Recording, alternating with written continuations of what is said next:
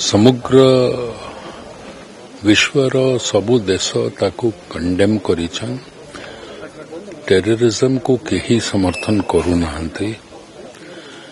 एवं ए प्रकार जो घटना का बारंबार पाकिस्तान घटाऊची भारतर सीमा भीतर को पसी करी या उपरे सुनिश्चित आकार रे आगामी दिन रे भारत सरकार तरफ